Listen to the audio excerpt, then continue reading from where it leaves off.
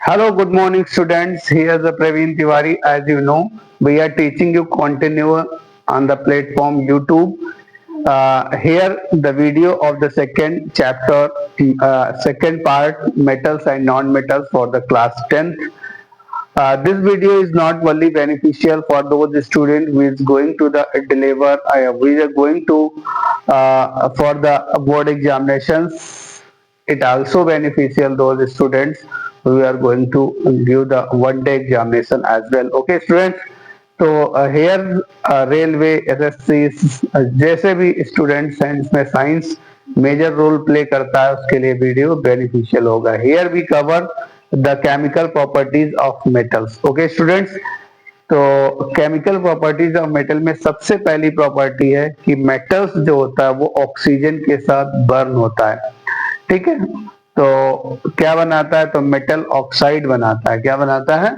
Metal oxide बनाता है। ठीक है स्टूडेंट्स, तो यहाँ पे अगर मैं फॉर्मूला लिखूं तो मेटल है, यहाँ पे मेटल मेटल प्लस ऑक्सीजन जोड़ते हैं तो मिलता है metal oxide. Oxide, metal oxide. ठीक है, तो मेटल ऑक्साइड जो होते हैं ये कैसे होते हैं? ये तुम्हारे बेसिक होते हैं, बेसिक होते हैं, बेसिक होते हैं। ठीक है, तो मेटल ऑक्साइड होते हैं। तो when metals are heated in air they react with O2 and form metal oxide। तो ये मेटल ऑक्साइड बनाते हैं। बट स्टूडेंट्स ये बता दें कि जो मेटल्स होते हैं उनकी रिएक्टिविटी विद ऑक्सीजन के साथ अलग अलग होती है। कुछ जो मेटल्स होते हैं वो रूम टेम्परेचर पे ऑक्सीजन के साथ रिकम्बाइन हो जाते हैं या रिएक्ट करके मेटल ऑक्साइड दे देते हैं। कुछ मेटल्स ऐसे होते हैं जिनको मुझे पहले हीट करना पड़ता है फिर वो ऑक्सीजन के साथ रिएक्ट करते हैं, और कुछ मेटल्स ऐसे होते हैं जो हमें एक्सटेंसिव हीट देना पड़ता है तब वो ऑक्सीजन के साथ रिएक्ट करते हैं। ठीक है, तो क्राइटेरिया की बेसिस पे देखें तो तीन टाइप के होंगे। ऐसे मेटल्स जो मोर रिएक्टिव होंगे they can react with oxygen at a room temperature, and जो मॉडरेट एलिमेंट्स आएंगे, जो मॉडरेट मेटल्स होंगे वो ऑक्सीजन के साथ हीट करने के बाद रिएक्ट होंगे। ओके, और कुछ मेटल्स ऐसे होंगे जो लीस्ट रिएक्टिव होंगे, जो कम रिएक्ट होंगे, वो बहुत हाई इंटेंसिव हीट करने के बाद वो मेटल्स रिएक्ट होंगे। तो इसी कैटेगरीज पे देखते हैं। ठीक है,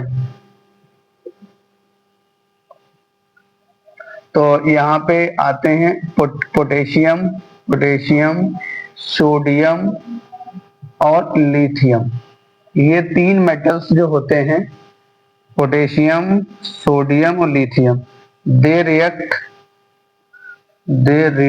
at room temperature, at room temperature. ये रूम टेम्परेचर पे ही रिएक्ट कर लेते हैं और मेटल ऑक्साइड देते हैं। जैसे के जो है जब ऑक्सीजन के साथ रिएक्ट होगा तो बनाएगा K2O, तो इसको बोलते हैं पोटेशियम ऑक्साइड। क्या बनाएगा? Potassium oxide. यहाँ पे K2 हो गए, यहाँ पे 2 और यहाँ पे 2, तो यहाँ पे किससे मल्टीप्लाई होगा? 4 से मल्टीप्लाई होगा।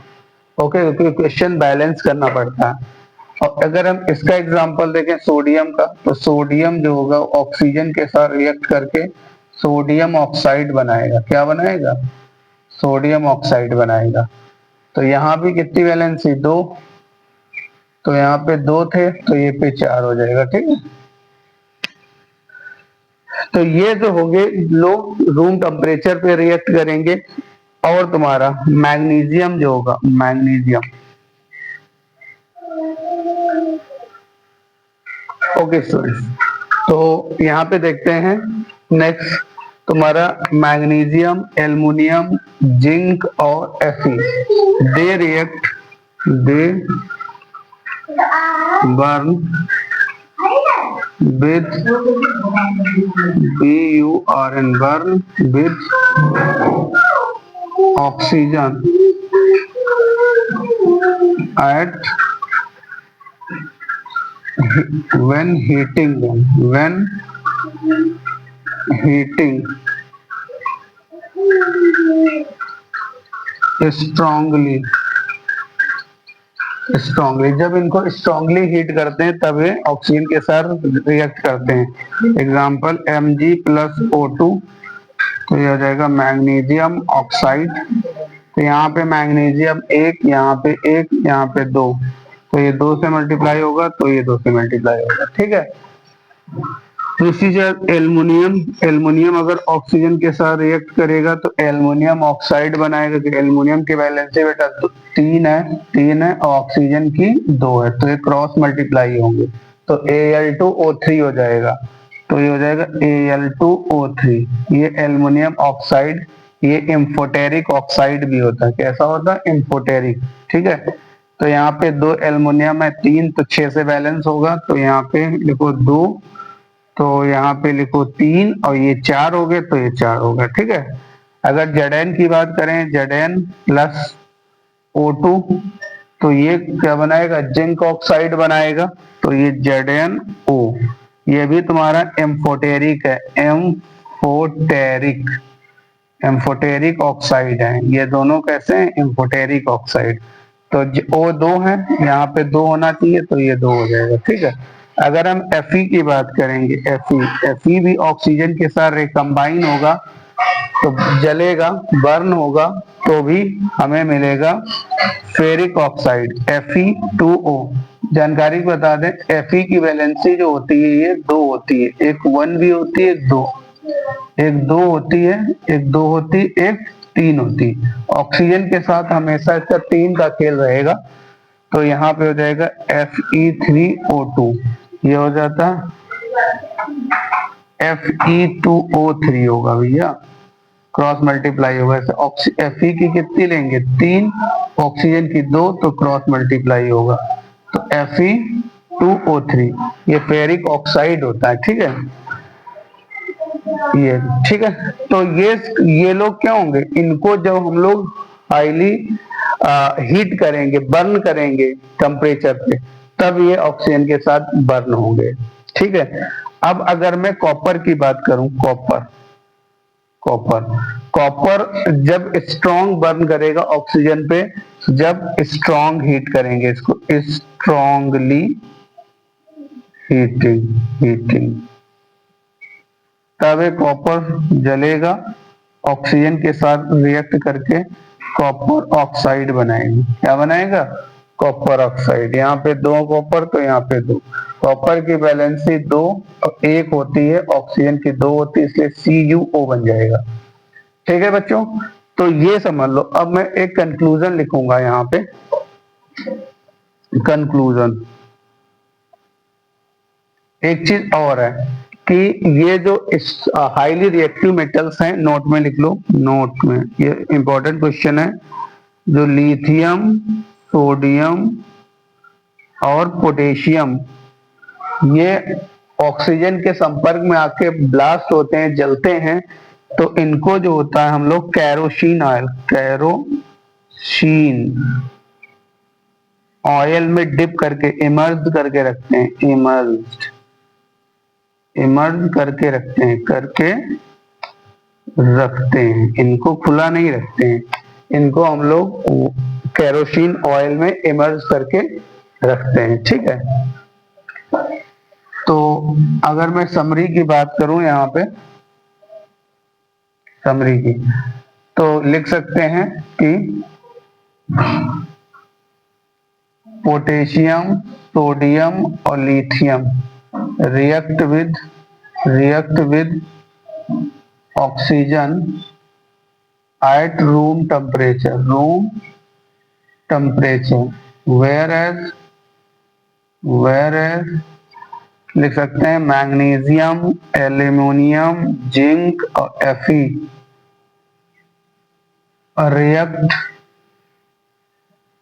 with oxygen when they are heated. Cu react when it is strongly heated. तो जैसे जैसे मेटल्स की रिएक्टिविटी अलग अलग है, उसी तरीके से ये रिएक्शन भी अलग अलग टाइप से करेंगे। आई होप बच्चों ये आपको बहुत अच्छे से समझ में आया होगा। रिएक्शंस आप आराम से देखिए।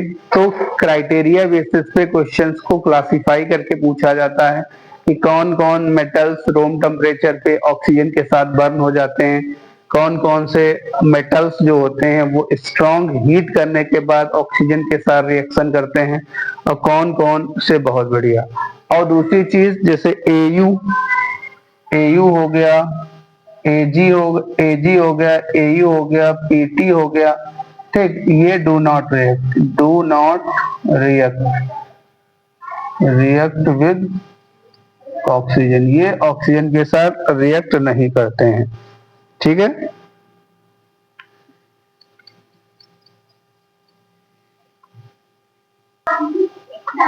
बच्चों नेक्स्ट प्रॉपर्टी है metals reaction of metal with water. Water के साथ मेटल जब वाटर के साथ रिएक्ट करता है तो हमारा मेटल हाइड्रोक्साइड और हाइड्रोजन गैस बाहर करता है। बट बच्चों ये ध्यान रहे कि हमारे जो मेटल्स होते हैं वाटर के अगेंस्ट अलग अलग रिएक्टिविटी से रिएक्ट करते हैं। तो जो मेटल्स वाटर के साथ रिएक्ट कर लेता है और वो डिसॉल्व हो जाता है वाटर में, वो बनाता है hydro oxide plus hydrogen produce करता है। जो मेटल्स वाटर में डिसॉल्व नहीं होता है वो मेटल ऑक्साइड और हाइड्रोजन बनाता है। मेरी बात बहुत ध्यान से सुनिएगा। तो अगर मैं मेटल्स की रिएक्टिविटी अभी आगे सीरीज में बात करूंगा कि कौन कौन से मेटल्स रिएक्टिव होते हैं, मॉडरेट होते हैं, वो सब लिखूंगा। जैसे यहाँ पे है, मैं एक लिस्ट लिख रहा हूँ, केदार नाथ का माली आलू जरा सीखे बताता है क्यों, एजी एयू और पीटी, ठीक। ये एक सीरीज है, ये सीरीज में यहाँ तक तो है मोस्ट रिएक्टिव, ये मॉडरेट है, और यहाँ हाइड्रोजन से नीचे लेस रिएक्टिव है, ठीक है। तो इस बेसिस पे जो वाटर पे रिएक्शंस अलग अलग होगा, ठीक है। तो वाटर की क्राइटेरिया की अगर बात करूं तो वाटर की क्राइटेरिया होती 3। ये जो लोग होंगे ये कोल्ड वाटर के साथ रिएक्ट करेंगे। किसके से? कोल्ड वाटर के साथ रिएक्ट करेंगे। कोल्ड वाटर के साथ रिएक्ट करके और मेटल हाइड्रोक्साइड बनाएंगे। क्यों? क्योंकि सोडियम के जो ऑक्साइड होते हैं वो डिसॉल्व हो जाते हैं वाटर में और मेटल हाइड्रोक्साइड बनाएंगे। रिएक्शन से देखते हैं, जैसे हमने Na लिया, Na के अंदर वाटर डिसॉल्व किया, तो वाटर डाला तो रिएक्शन करेंगे क्योंकि कोल्ड वाटर में, क्योंकि बहुत ज्यादा रिएक्टिव है, तो NaOH हाइड्रोक्साइड और प्लस हाइड्रोजन गैस निकलेगी। तो हाइड्रोजन हो गए 3, तो 6 से बैलेंस होगा, तो 2 से 4 से कर दो, ये 2 हो गया, 4 यहाँ पे 2 होना चाहिए, 2 ऑक्सीजन हो गए, ये 2 बैलेंस हो गया। अगर मैं पोटेशियम की बात करूं, पोटेशियम वाटर के साथ रिएक्ट करके भी पोटेशियम हाइड्रोक्साइड बनाएगा और प्लस हाइड्रोजन निकलेगा। मेरी बात गौर से सुनिए कि वो मेटल्स जो वाटर में डिसॉल्व हो जाएंगे वो हाइड्रोक्साइड बनाएंगे। आगे चल के देखेंगे जो मेटल्स जो होते हैं वाटर में डिसॉल्व नहीं होंगे वो मेटल हाइड्रोक्साइड नहीं बनाएंगे, वो मेटल ऑक्साइड बनाएंगे, ठीक है। तो यहाँ पे Ca का रिएक्शन देखते हैं। Ca भी H2O के साथ रिएक्शन करें, यहाँ पे बैलेंस कर लेना, ये 2 तो यहाँ पे 2 4 और यहाँ पे 2, ठीक है। कैल्शियम CaO कैल्शियम हाइड्रोक्साइड, ठीक है। ये होल ट्वाइस लगेगा, यहाँ पे 2 हो गए, ऑक्सीजन 2 हो गए, ये 4 होना चाहिए, तो ये 2 हो गया, ये 2 हो गया, ठीक है। तो इनके जो ऑक्साइड होते हैं ये डिसॉल्व हो जाते हैं, तो ये कोल्ड वाटर के साथ रिएक्ट करेंगे। मैग्नीशियम तुम्हारा जो है, मैग्नीशियम जो है वो हॉट वाटर के साथ रिएक्ट करता है। ये क्या किसके साथ? React with hot water. Water होगा बट वाटर गर्म होगा, तो हॉट वाटर के साथ जब रिएक्ट करेगा मैग्नीशियम, देख लेते हैं, Mg और प्लस H2O बटे H2O कैसा होगा? हॉट होगा। तो हॉट से जब रिएक्ट करेगा तो MgOH का होल ट्वाइस, ये आपको पता है मिल का मैग्नीशिया है जो हमारे डाइजेस्टिव सिस्टम में या हमें हाइपर एसिडिटी में बहुत ही रिलीफ प्रोवाइड करवाता है, ठीक है। और प्लस ये हाइड्रोजन गैस निकलेगी, ठीक है। तो ये हमारा हो गया, इसमें बैलेंस कर लेते हैं 2, ये 2 से मल्टीप्लाई 2 4, ठीक है। यहाँ पे कितने हो गए, 2 2 4, ठीक, ठीक है। अब यह कुछ मैग्नीशियम, अब यहाँ पे एक क्वेश्चन आता है, ये वाला यहाँ पे एक क्वेश्चन लिख लीजिएगा कि जब ये वाटर के साथ रिएक्ट करता है तो, और यहाँ पे हाइड्रोजन ऑक्सी वो नहीं निकाला गैस, ठीक है। तो 2 2 4 यहाँ पे मल्टीप्लाई 4, ये ऑलरेडी बैलेंस है, 2 2 4 2 से, ठीक। अब सही है। ये क्वेश्चन आता है कि जब ये रिएक्शन होता है तो अमूमन देखा गया है कि कैल्शियम जो होता है वो फ्लोट करने लगता है on the surface of water, water के सरफेस के ऊपर तैरने लगता है। ऐसा क्यों होता है? ऐसा इसलिए होता है कि जब फॉर्मेशन होता है या रिएक्ट करता है वाटर के साथ तो इसमें हाइड्रोजन गैस रिमूव होती है, तो हाइड्रोजन गैस के ऊपर जो होता है कैल्शियम स्टिक कर जाता है, चिपक जाता है।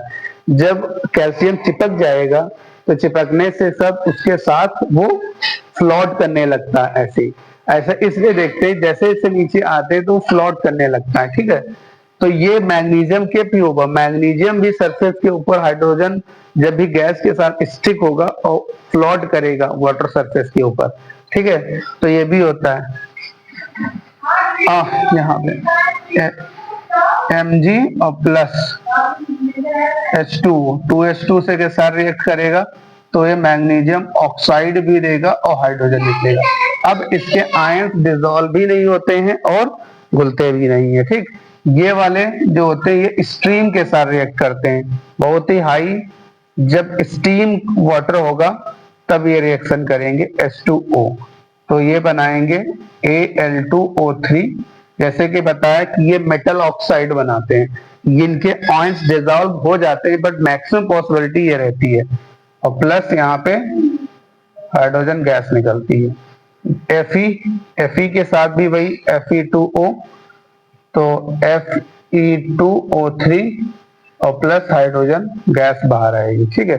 इसको बैलेंस करना होगा, 2 ये 3 6 हो गए, ये 2 हो गया, 6 हाइड्रोजन तो ये 3 होगा, यहाँ पे 2 2 होगा और यहाँ पे कितने 3 6 होगा तो ये 3 हो जाएगा, ठीक है। Zn का देख लेते हैं, Zn भी वाटर के साथ रिएक्ट करेगा तो ZnO और प्लस H2 देगा, ठीक है। तो यहाँ पे भी 2 हो गया, O बैलेंस है, ठीक है। तो इस तरीके से ये समझ में आया हमारी, ठीक है। थैंक यू बच्चों, मिलते हैं नेक्स्ट प्रॉपर्टी में। धन्यवाद, वीडियो को देखते रहिए, लाइक करिए।